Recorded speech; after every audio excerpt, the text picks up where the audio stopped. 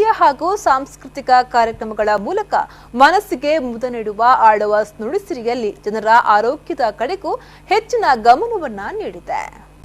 ಆಳ್ವಾಸ್ ಪ್ರಕೃತಿ ಚಿಕಿತ್ಸೆ ಮತ್ತು ಯೋಗ ಕಾಲೇಜು ಆನಂದಮಯ ಆರೋಗ್ಯಧಾಮ ಪ್ರಕೃತಿ ಚಿಕಿತ್ಸೆ ಕೇಂದ್ರ ಮಿಜಾರ್ ಇವರು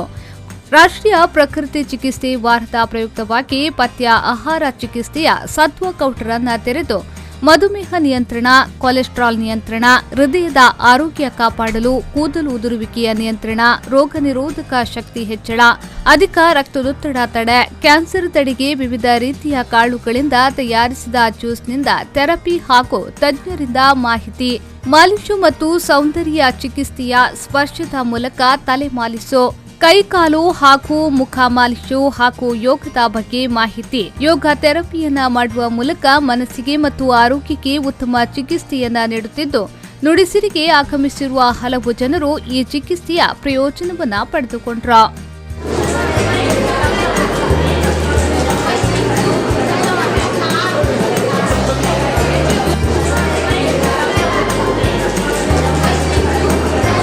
ಪ್ರೇಮಶ್ರೀ ವಿ4 ನ್ಯೂಸ್ 24/7 ಮೂಡಬಿದ್ರೆ.